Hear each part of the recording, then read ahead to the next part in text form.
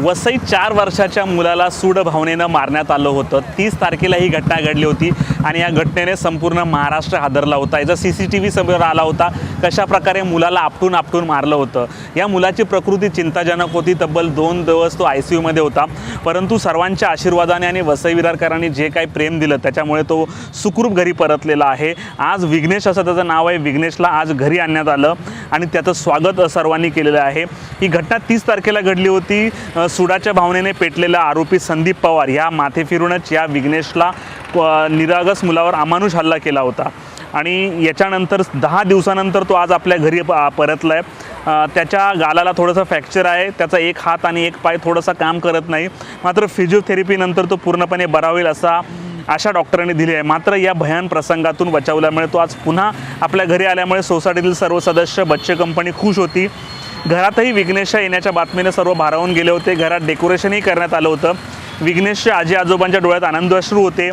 सध्या विघ्नेशच्या या घटनेनंतर तो घाबरलेला आहे. या घटनेतून वाच्यता न करण्याची सुद्धा डॉक्टरांनी त्याला सांगितलेलं आहे.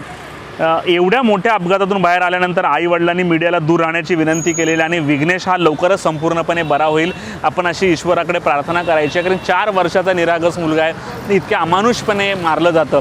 सध्या आरोपी हा तुरुंगात आहे. हा माथेफिरू असल्याचं बोललं जातं. का मारलं हे कळू शकलेलं नाही.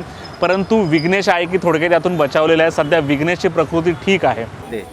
आम्हाला खूप आनंद वाटतं. एवढा ह्याच्यामधून एवढा होऊन तो बाहेर येतो आत घरी आता परत येतो म्हणून खूप आनंद वाटते आम्हाला. सगळ्या पोरांना पण खूप आनंद वाटते. असं एवढं लवकर बरं होऊन घरी आला.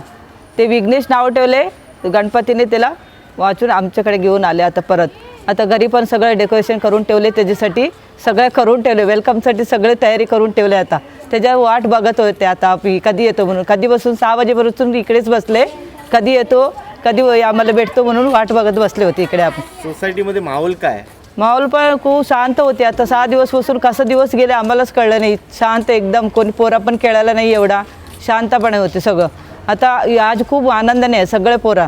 माझं नाव अरुण बाबू कोंडारे. आता ते घरी यायला आम्ही त्याचं डेकोरेशन केलं. आम्हाला खूप आनंद होतो. अच्छा त्याचं डेकोरेशन केले.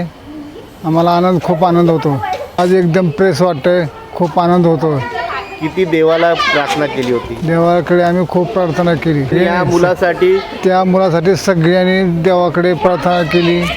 कोणी लोक कॅथलिक लोक सगळ्यांनी त्याचे खूप मन पावून त्याची इच्छा पूर्ण केली.